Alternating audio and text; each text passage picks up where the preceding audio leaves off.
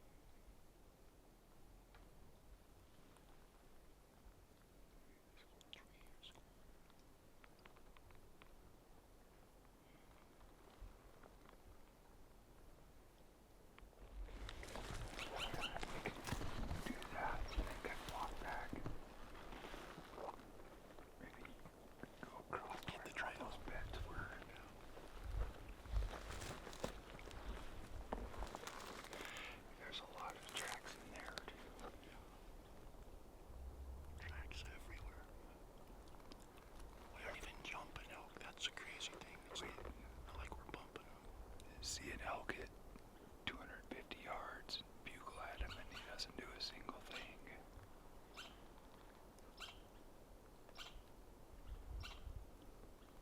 They're hitting the wallows, but who knows when and which one.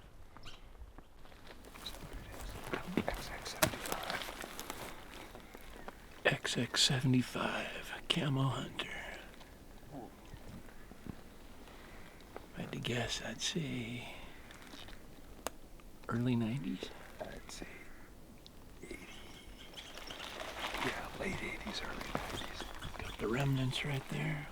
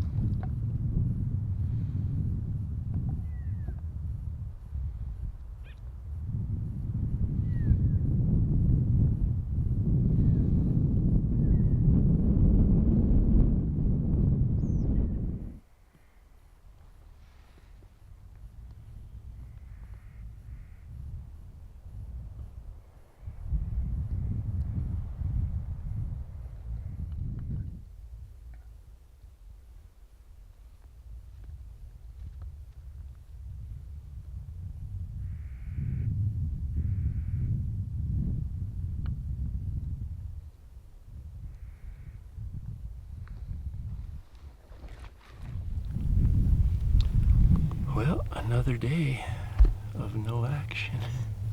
Absolutely. No action, no reaction. It's our first elk right at dusk. Well, we saw the 5-point up there. Oh yeah, we did.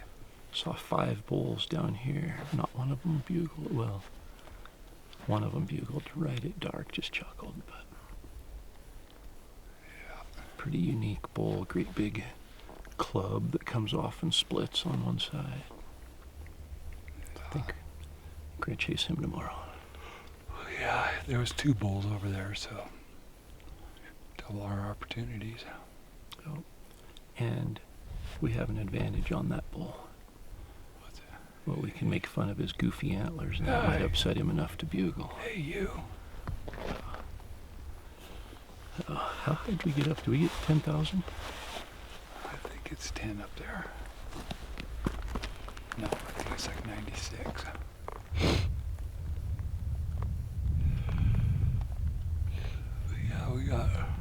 It's 10,000 at the top peak. Is it?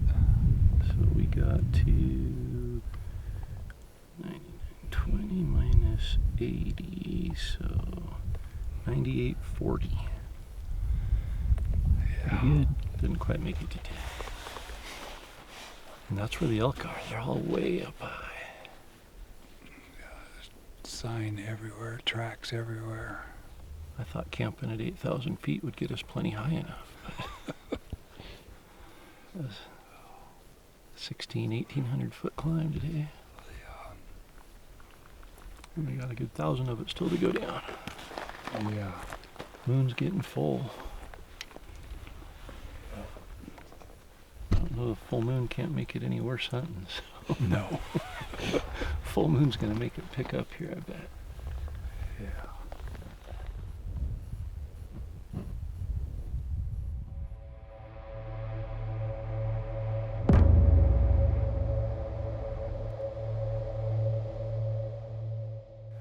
Well, we just jumped on the other side of the ridge because we had this kind of east crappy wind. Jumped on the other side of the ridge, dropped, I don't know, 750 feet maybe, trying to get low, and we just bugled, and we can't tell where he's at. It's just like this rocky, deep canyon, and just everything echoes back and forth, so we have no idea where he is. We just know there's an elk bugling that direction. Yeah.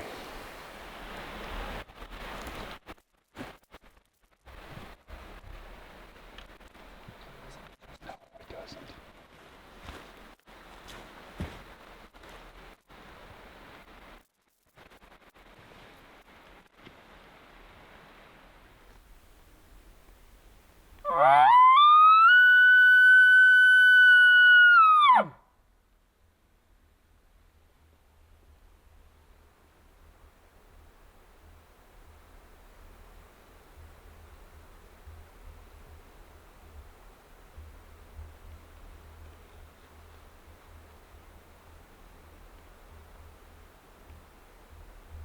He's there somewhere.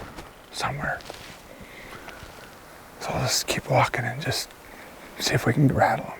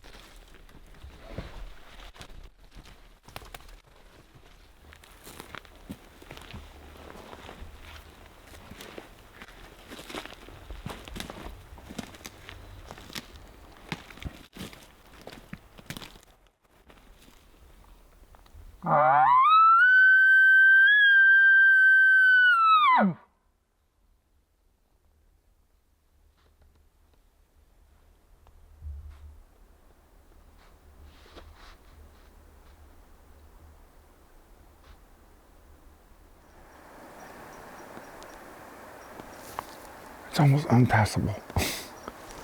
It's almost unpassable.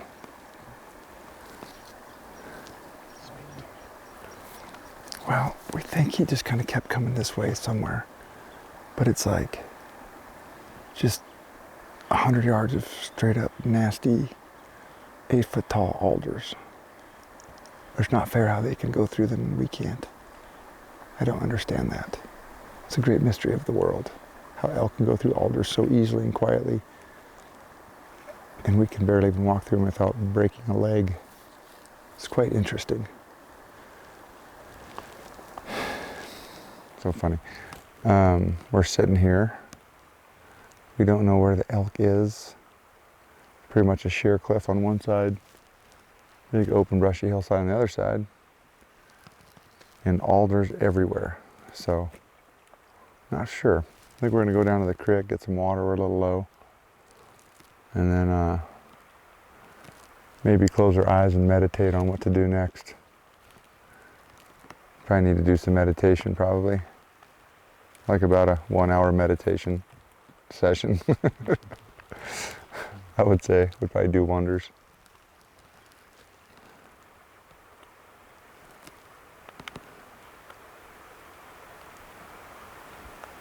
Where the heck did he go?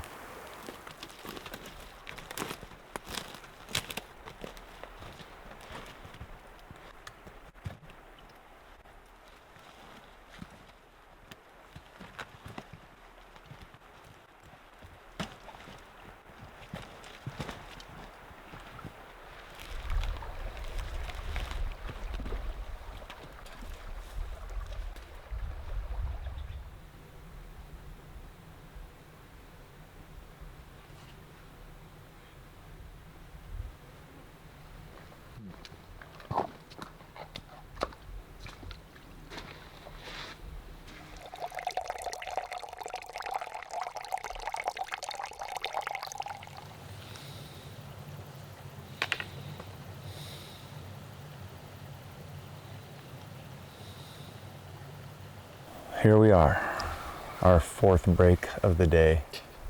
We've been really hiking hard. Well, it was hard hiking, but I don't know if we were hiking hard. We're in this rocky canyon, and the elk has totally ghosted us. I have no idea where he is, but it's literally like cliffs on one side, just ridiculously straight on the other side. So I think we're guessing, hoping he's still just in here somewhere, and we haven't stepped on him, got close enough to rattle him. So I guess we're gonna cruise down this lovely stream of water where we can actually move, and hopefully we can get him to give us some sort of a bed growl or something, right? Yeah. I think it's hot. It's like over 80. You think thermal's gonna be going up? If we're in the bottom of the creek, maybe not. Here, let's see. Oh, they're swirling right here. We're good. That's kind of going down still. I think that is. Kind of. Alright. Yeah. I guess we stay in the bottom. Hopefully it sounds off above us. Yeah. If not, we're walking a creek out for a couple miles. Yeah. And we're just going to go down maybe half a mile, and if we can't get anything popping, we'll probably just start meandering out and go back to plan A.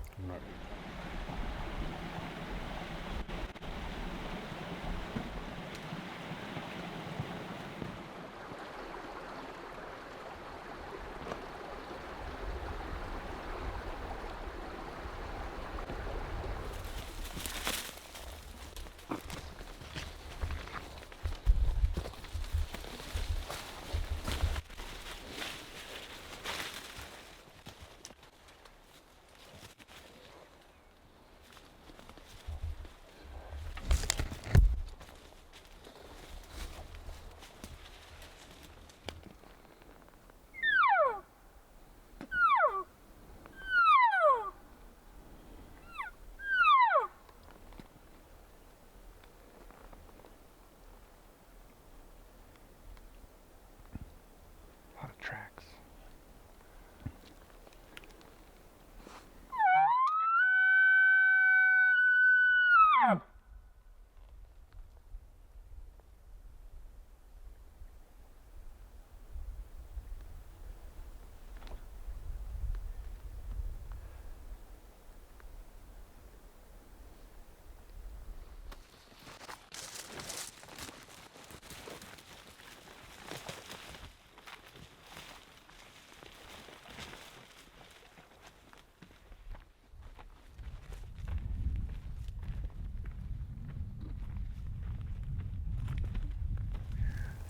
I was just telling the guys that I'm fairly underwhelmed with the elk chasing today. Pretty much turned into a nature walk, and that's it. Because the bull either smelt us or just snuck on out of here. That's a little deflating. Do we like literally circle around half the mountain trying to put it in our favor? And he's not here. Yeah, so we're weaving our way back in and out of cliffs to go back somewhere else. We really don't know where we're going right now. Or we just got to find a bull we need to find a stupid little raghorn.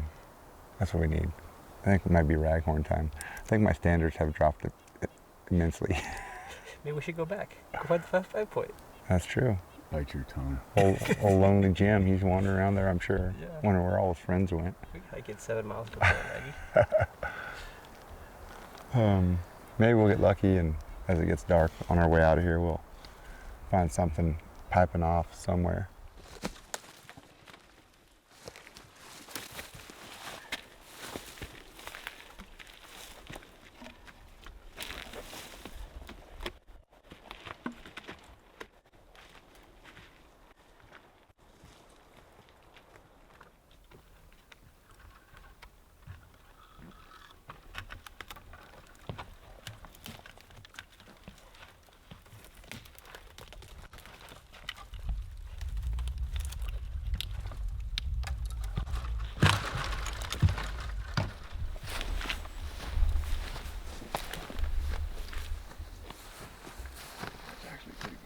It's like a bath. It's like a bathtub.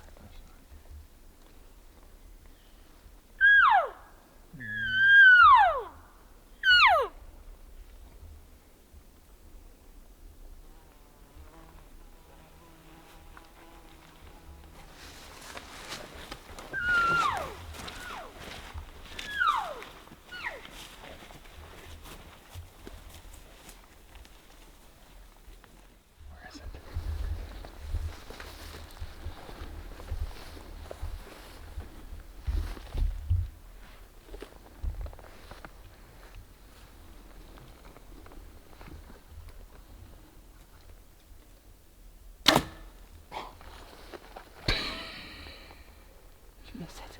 Yeah, I shot right over his freaking head. Now what are you gonna do? He has no idea how close he did. Just die. Like literally feathers cut off.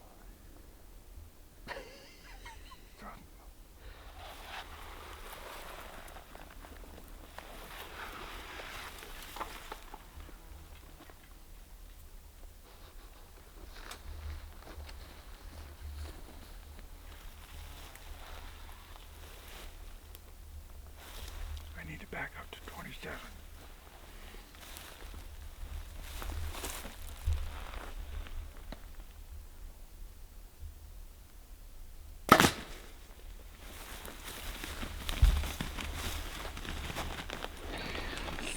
We drew blood.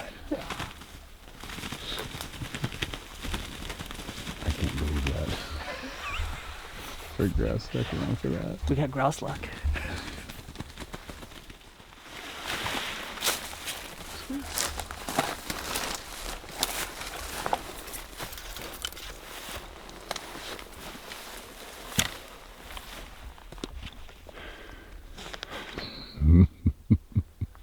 We got a king bleat, and we got a king bleat and grouse. Yes. And top ramen. That's what I was thinking too, top armor. Oh, Asian bird seat. Okay, let's put a judo tip on the other one. Yeah, get a judo tip on. This is life or death here. Did you shoot one? Yeah. Usually when I shoot elk, I don't use more than 3 arrows. Like I said, you can climb up and get it if it gets stuck in the tree.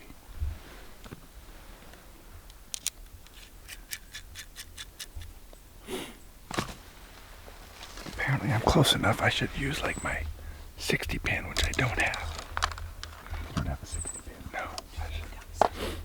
Oh, I could do that. Huh? I didn't think of that. I do have a slider for long range shots like this. Maybe my judo tip will screw that one up.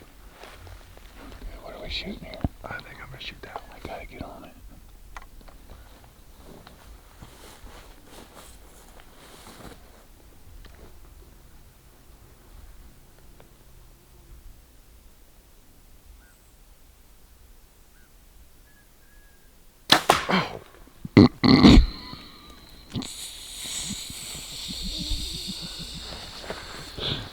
That went way high. Apparently, how far is that? Maybe I should have used my 27-yard pin.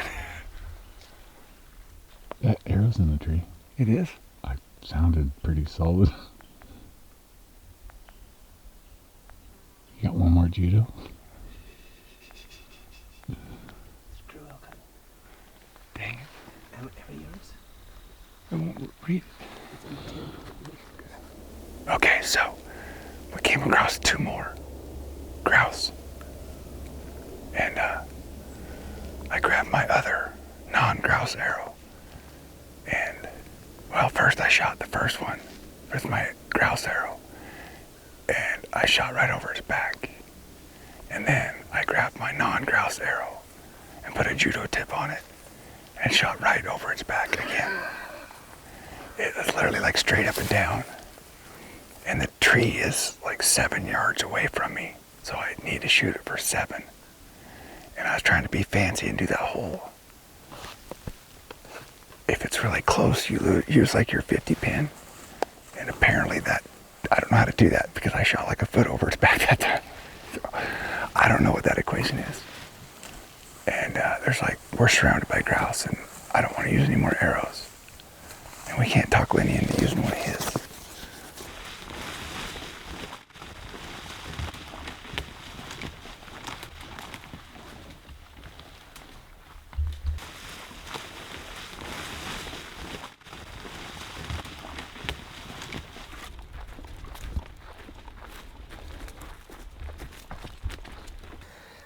We nature walked, heard bugles. First blood, though. Oh yeah, we did draw blood. And we do have real protein, not protein in a bag, rehydrated. So we'll be extra strong tomorrow. Kind of pumped about that, actually. Yeah, Here's yeah, what I me look too. forward to. Yeah. Being day number 6, I'm starting to feel a little sense of urgency. Yes. No pressure. Little sense of urgency after seeing some other things hitting the dirt. I'm like, ooh, we shot a grouse. Is that cool? Is that cool, Randy? On the We board. shot a grouse. He's probably more impressed we shot a grouse than if we shot a bull, though. That's true. Of course, it's If probably we like had more arrows, we could have shot more of them. it was at least a $50 grouse. with That 2 was- arrows. Yeah, it was a $50 grouse. It's going to be like a fancy restaurant thing. If we simmer that and drop it in our ramen, it's going to be fancy and good.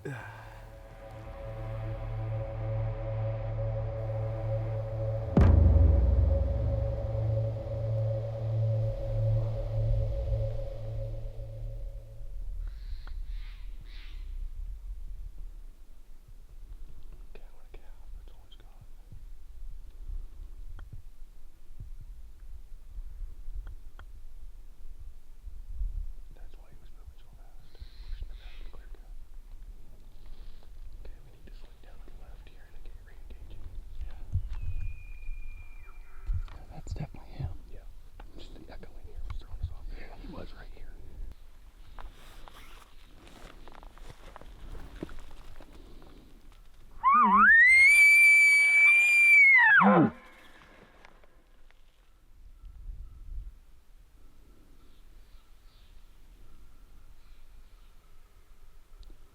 Yeah, he's moving pretty good up in there.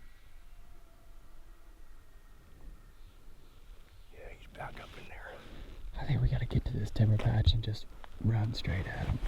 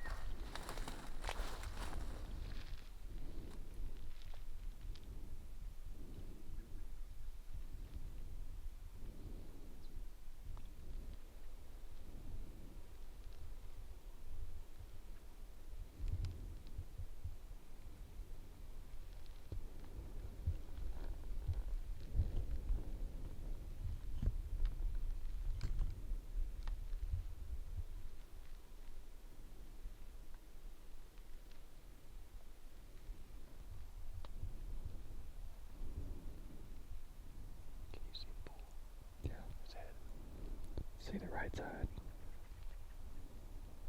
Here comes a truck.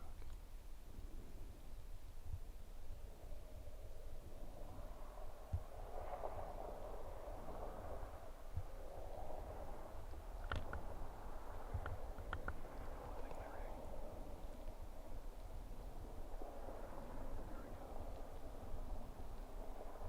Get a little spooky.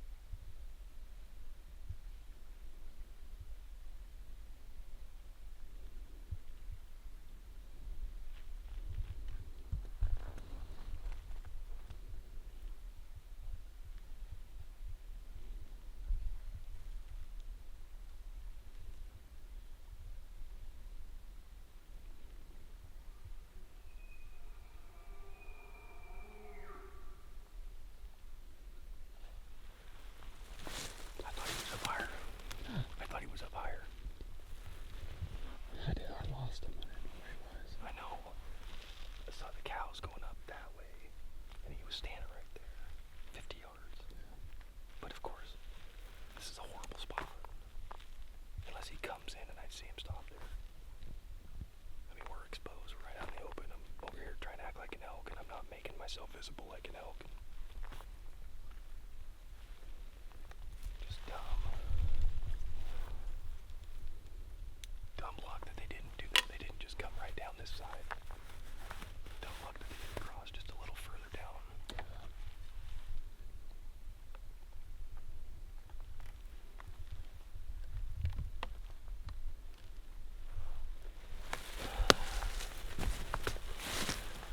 And I don't like what I did there. He just didn't see an elk, so he just turned around and walked off. Tree's not bugling at him. He just needed to see something.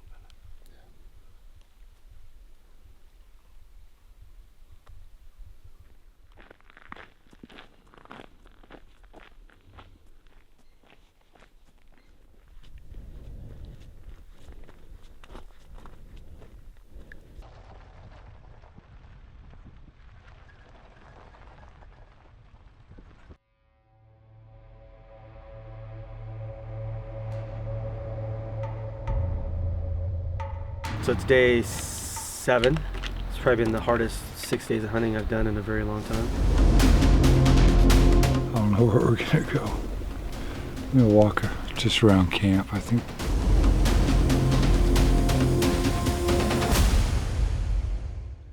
Well, another episode. And no more elk. Well, there was more elk. There were just more no elk, dead just elk. no up close and personal touch 'em elk. Yeah. No petting of the elk in this episode. No.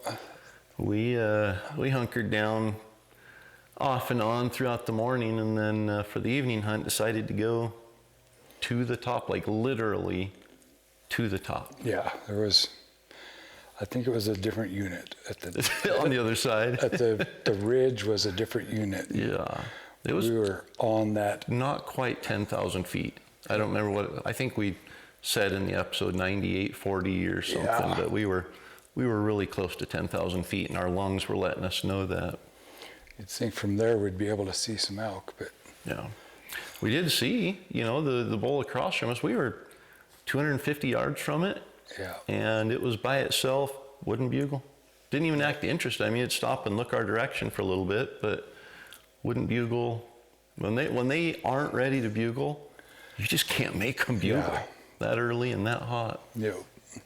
So we continued down from there, got to the top, then dropped back down to that same wallow in the green meadow, and you moved ahead and I stayed back and just did some raking. I think we did some calling there too, thinking, man, that big bull's got to be right around there still with the cows, but nothing. Nowhere to be found. No. Saw Donnie, there's been quite a few comments left about Donnie ranging with his left hand, because he's left-handed, and across his body to his right eye when he's ranging stuff. And do you have an explanation for that? That's kind of like the side bugle and ranging out of the wrong eye. It's just the way I've always done it. I'm left-handed, but my dominant eye is my right eye. And I've How do you always shoot a bow with your left eye? you just pull it back. I had LASIK done on this one to correct my old age vision. And this one, I don't have any prescription in it. And I wear a contact in it to be able to see my sight and my target. So you had LASIK in one eye, yep, and you wear a contact in the other eye. yep. Only during hunting season. Oh, Like right now, daily life, I don't wear any.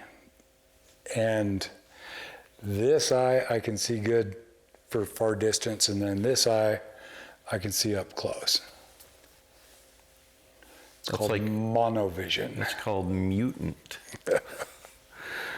Well, that explains why Donnie uses his right eye in his left hand there. Yeah. So that's a good strategy for success for today, is talking about ranging landmarks when you first get set up rather than waiting for the elk to come in. So we'll, for today's strategy for success, that's sponsored by the Rocky Mountain Elk Foundation, the importance of when you first set up, ranging different landmarks in your setup, whether that's a tree at 20 yards, a rock at 40 yards, the far hillside at 65 yards. It just gives you points of reference as, you know, related to that specific setup. So when the elk comes in, you know, they walk into the setup, you're trying to lift, especially if you're left-handed and trying to range with your right eye, all that extra movement, you know, you eliminate that. So you know if the bull comes out and he's by that rock, you already ranged at 42 yards, you know, you might be a yard or two behind it so you can shoot him for 45. Or if he, you know, comes out at 60 and walks towards you and then turns broadside at a tree that you ranged at 35, you know the distance. And so it's super important. It helps increase confidence, you know, which knowing the yardage to a target, especially an animal, if you don't know the distance and you have to judge the distance and guess it really quickly, it's just, you don't have that confidence to lock in and pick a spot. But if you know that rock's 35 yards, that bull's standing right beside it, I know he's at 35 yards, you have the confidence to make that shot.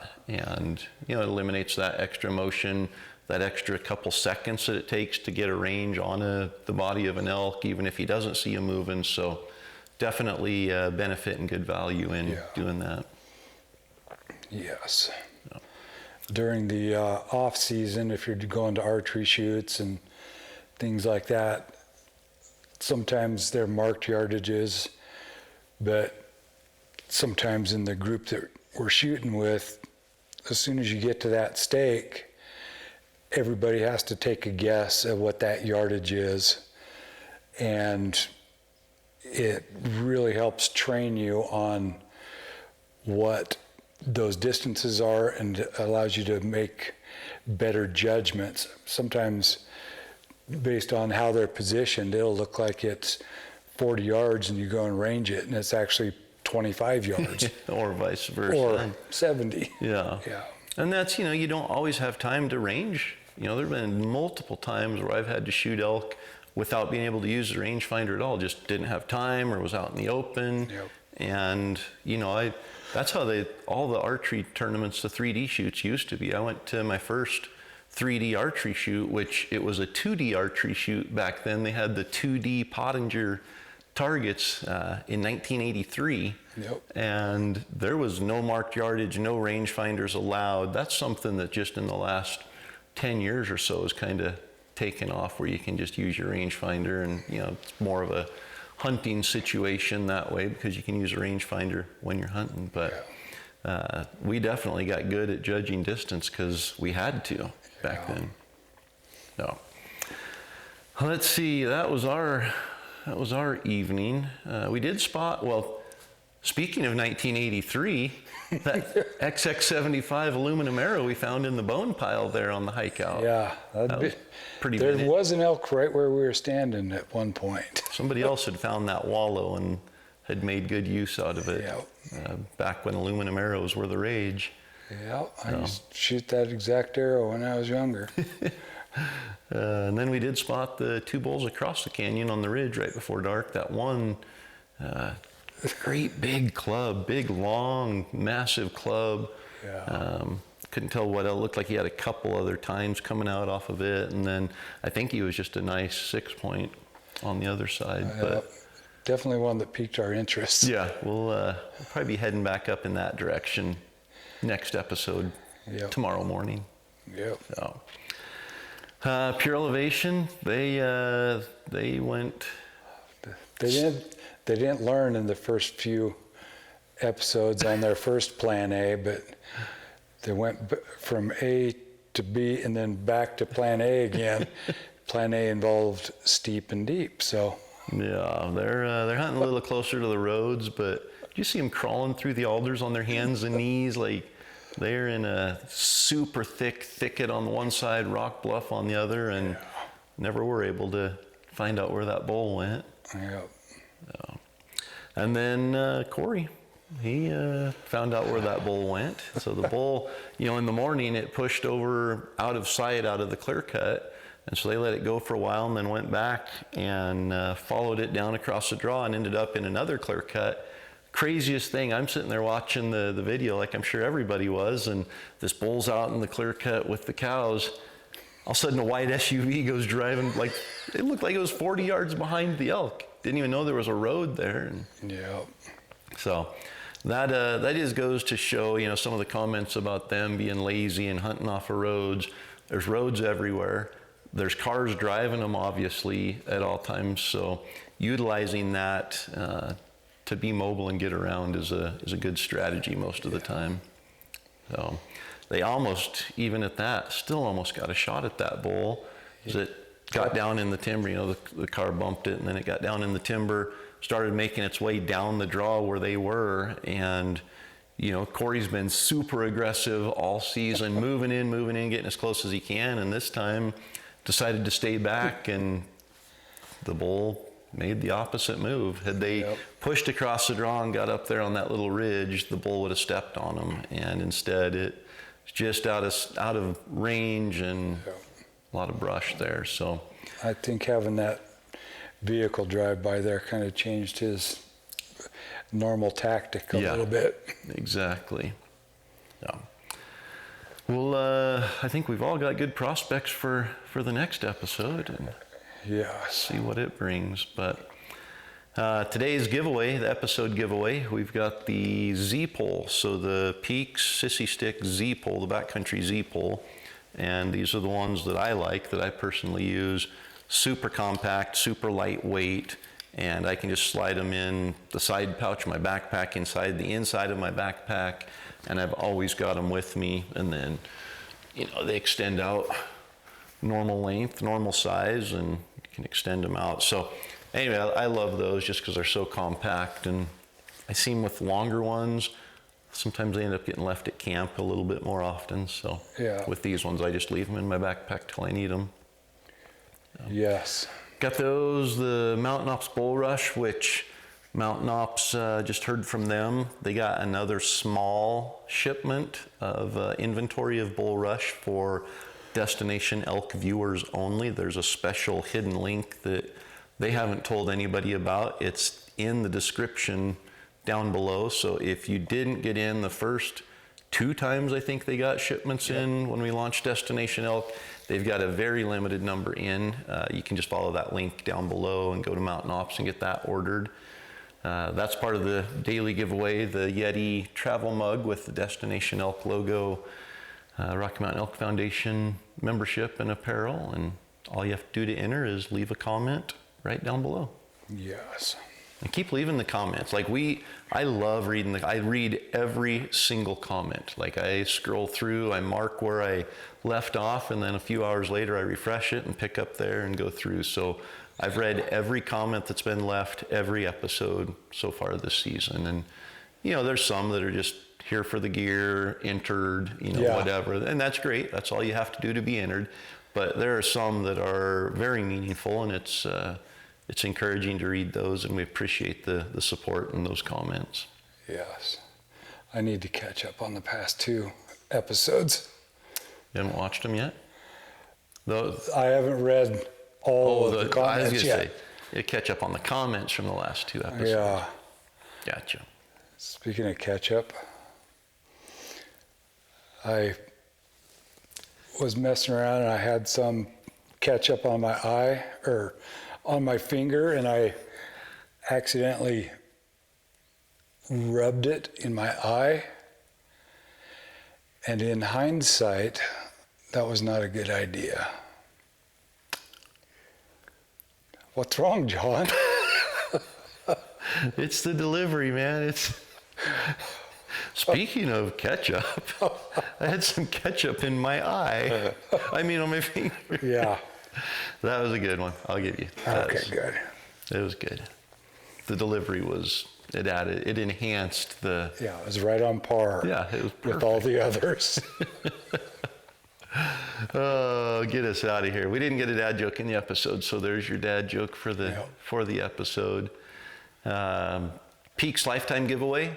If you want to buy the Peaks Destination Elk V5 shirt at peaksequipment.com, that's your entry to win a lifetime of Peaks product. You can find out more about that at peaksequipment.com/DEV5.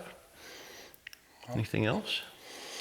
If you are forgetting that the episodes are starting, you can hit the little subscribe button right down below, and you'll be notified by YouTube that, hey, Elk 101 episode just dropped. So you have to subscribe, which many people are subscribed, but then also there's a little bell. Yep. That's your notification. So when you subscribe, some of you may be already subscribed and not getting the notification. You have to click that little bell and it'll tell you Yep. anytime that Elk 101 has a new episode out. So be sure and subscribe if you haven't. Like the videos, comment, share it. There's a little share button down there. You can share it and you can email it to your friends or share it on social media. Just anything that you can do to help us keep the views up and keep appeasing and appealing to the algorithm that YouTube has. It's going to help us continue to be able to do this. So appreciate the support, and I think we'll wrap it up here and see you in the next episode. Yes.